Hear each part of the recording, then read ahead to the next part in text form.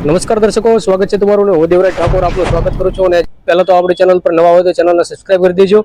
અને આજે વાત કરવી છે કે બનાસકાંઠા જિલ્લામાં છેવાડામાં આવેલ ગામ ચલોયા ગામની, તો જ્યાં પણ એક સખ્તાજી જે પગી તરીકેની ફરજ બજાવતા ત્યારે ત્યાં રણછોડભાઈ પગી, જે રણછોડભાઈ રબારી નામના પગી હતા, જેઓને તમે જાણતા છો ને જેઓ આખી દુનિયા જાણે છે, જેઓએ પગી તરીકે ફરજ બજાવી અને દેશ માટે જેઓ લડત લડ્યા હતા.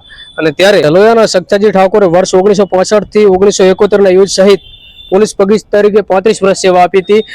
ત્યારે દિવ્ય ભાસ્કરની જે દિવ્ય ભાસ્કર ન્યૂઝ પેપર છે, દિવ્ય ભાસ્કરની હેડલાઇન અને દિવ્ય ભાસ્કરના વિશેષ અહેવાલમાં ઉલ્લેખ કરવામાં આવ્યો છે કે 1965ના યુદ્ધમાં સોયગામ તાલુકાના લીંબાળા ગામના રણછોડ પગી રણપાર કરી ભારતીય સેનાની મદદ કરી હતી.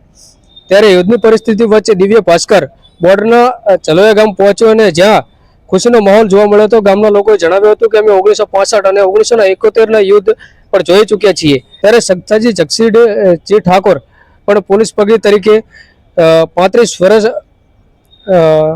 વર્ષ રહ્યા અને તેમની સેવા આજે પણ ગામ લોકો યાદ કરી રહ્યા છે. આ સખ્તાજી ઠાકોરની જે સેવા છે એ આજે પણ ગામ લોકો યાદ કરી રહ્યા છે, જેમણે સંગ્રામ એવોર્ડ સહિત રાષ્ટ્રપતિ એવોર્ડ મળ્યા હતા. અને તેમની ખાસિયત એ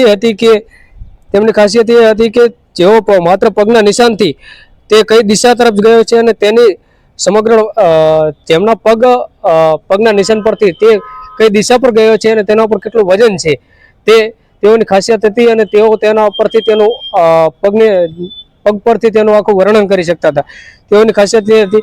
ત્યારે સખ્તાજી ઠાકોર જેઓના વિશેની સંપૂર્ણ માહિતી જો તમારે જોતી હોય તો આપણા આ ચેનલ પર ટૂંક જ સમયમાં અમે રજૂ કરીશું. તેમજ જે રેવાજી જેઠાજી જે ઠાકોર કરીને જે બીજા પણ એક પગી હતા તેમનો પણ આપણે ઇતિહાસ ટૂંક સમયમાં આ ચેનલ પર રજૂ કરીશું. તો જો આ ઇતિહાસ જોવા માંગતા હોય અને જે પગી વિશેનો પૂરેપૂરો સંપૂર્ણ માહિતી જોવા નિહાળવા માંગતા હોય તો અમારી ચેનલને સબસ્ક્રાઈબ કરી દેજો. અને જોઈએ કે તેઓને એવોર્ડથી સન્માનિત કરવામાં આવ્યા તે એવોર્ડ પણ તે એવોર્ડના ફોટોજ આપ જોઈ શકો છો. અને નમસ્કાર, ફરી મળીશું, ત્યાં સુધી આપ રજા. ધન્યવાદ.